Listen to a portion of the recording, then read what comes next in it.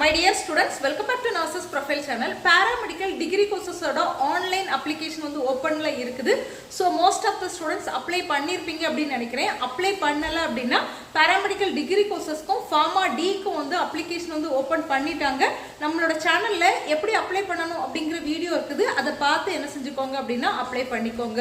So நீங்க apply பண்ணிட்டீங்க அப்படினா உங்களோட அப்ளிகேஷனோட ஸ்டேட்டஸ் வந்து சக்சஸ் அப்படி இருக்குதா அப்படிங்கறத வந்து செக் பண்ணிக்கோங்க. பெண்டிங்ல இருந்துச்சுனா மறுபடியும் லாகின் பண்ணி ஏதாவது நீங்க மிஸ்டேக்ஸ் விட்டுருக்கீங்களா அப்படிங்கறத கரெக்ட்டா நீங்க பார்த்து அத ப்ராப்பரா வந்து சப்மிட் பண்ணி அப்ளிகேஷனோட ஸ்டேட்டஸ் வந்து சக்சஸ்ல இருக்குதா அப்படிங்கறத வந்து செக் பண்ணிக்கோங்க. சோ ஒன்ஸ் அப்ளிகேஷன் சப்மிட் பண்ணதுக்கு அப்புறம் அடுத்த ஸ்டெப் என்ன அப்படிங்கறத இந்த வீடியோல பார்க்க போறோம். சோ அப்ளிகேஷன்ஸ் வந்து நீங்க சப்மிட் பண்ணதுக்கு அப்புறம் அடுத்து நமக்கு கூடிய ஸ்டெப் என்ன அப்படினு பாத்தீங்கன்னா ரேங்க் லிஸ்ட் வந்து ரிலீஸ் பண்ணுவாங்க.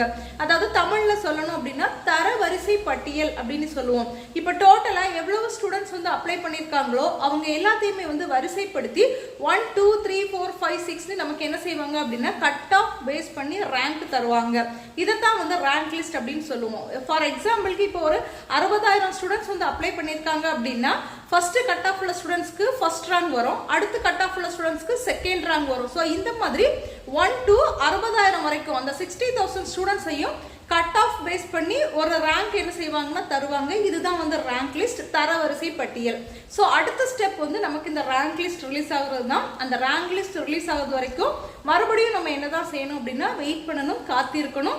இந்த ரேங்க் லிஸ்ட் வர்றதுக்கு எப்படி இருந்தாலும் நமக்கு கொஞ்சம் டைம் எடுக்கும். இந்த அப்ளிகேஷன் க்ளோசிங் டேட்டே பார்த்தீங்கன்னா 21/6/2024 வரை டைம் இருக்குது. அது முடிச்சு அவங்க பேக் ஒர்க் பண்றதுக்கு ஒரு 10 to 15 டேஸ் ஆகும். அதுக்கப்புறம் தான் நமக்கு என்ன செய்வாங்க அப்படின்னா ரேங்க் லிஸ்ட் வந்து ரிலீஸ் பண்ணுவாங்க.